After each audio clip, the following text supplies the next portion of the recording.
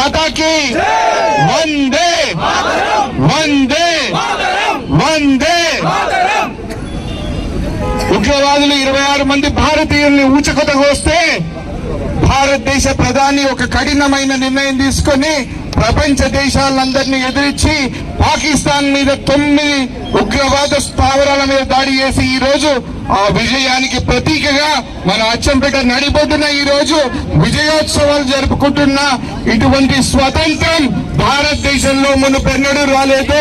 ఇది కేవలం ఈ విజయం సైన్యానికి సంబంధించింది, భారతదేశ ప్రధానికి సంబంధించింది. భారతీయ ప్రజలందరూ కూడా ఈ రోజు గొప్పగా తిరంగ యాత్ర చేస్తూ దేశవ్యాప్తంగా ప్రతి గ్రామాన, ప్రతి పట్టణాన, ప్రతి జిల్లాలో కూడా భారతీయ సైన్యానికి మద్దతుగా విజయాన్ని ఈ రోజు మనం సెలబ్రేట్ చేసుకుంటున్నాం.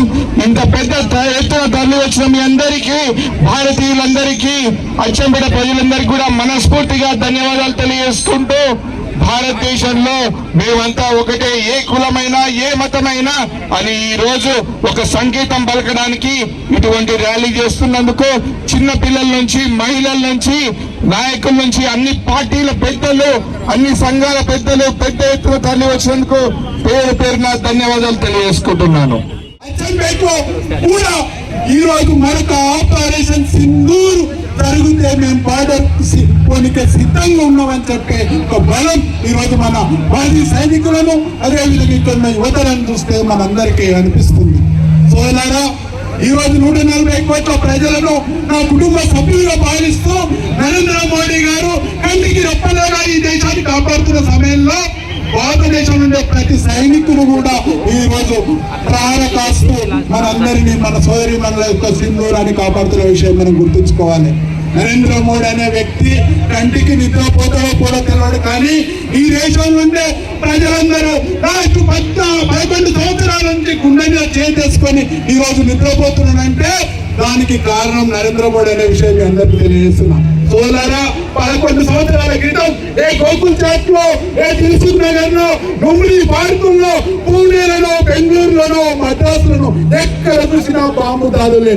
ఎంతో మంది చనిపోతారో తెలియదు. పార్లమెంట్ మీద దాడి చేశారు, అవసరమైతే బాంబేలో ఉండే తాజ్ హోటల్ మీద దాడి చేశారు. ఎక్కడ సురక్షితం కాదనే విషయం ఈ దేశ ప్రజలకు అందరూ భావించారు. కానీ నరేంద్ర మోడీ వచ్చిన తర్వాత భారత సైనికులకు అండగా ఈ రోజు ప్రతి దీపావళి పండుగను వాళ్ళ మధ్యలో జరుపుకుంటూ వాళ్ళతో నా కుటుంబ సభ్యులు, మీరు, నేను, మీ యొక్క సైనికులు అందరం కలిసి మనం దేశానికి రక్షణ అని చెప్పే ఒక భావన ఈ రోజు నరేంద్ర మోడీ క్రియేట్ చేశారు. ఈ రోజు ఈ దేశం ఇంత బలంగా ప్రపంచం మొత్తం మన దిక్కు చూస్తుందంటే నరేంద్ర మోడీ యొక్క దళిత నీతి, అదేవిధంగా ఆయన సాహసం అనే విషయం మనందరం తెలుసుకోవాలి. మనందరం తెలుసు, మన సోదరి మనులను 26 మంది యొక్క భర్తలను చంపేసి మేము మగపిల్లలం అనుకున్నారు. కానీ నరేంద్ర మోడీ పంపించిన ఏ ఆది పరాశక్తులు ఎవరైతే ఉన్నారో ఒకే 26 నిమిషం లోపల ఈ రోజు పాకిస్తాన్ యొక్క అనుసారాల నుంచి మొదలుకొని వాళ్ళ విమానాశ్రయాలు, వాళ్ళ టెర్రరిస్టు క్యాంపులను మొత్తం కూల్చేసిన ఘనత నరేంద్ర మోడీ. అది 23 నిమిషాలకే క్లోజ్ చేసినాం. ఒకవేళ 1 గంట టైమే తీసుకుంటే ప్రపంచ చిత్రపటంలో పాకిస్తాన్ అనేది ఉండనే ఉండదు. जो हमसे टकराए वो मिट्टी मिल गए.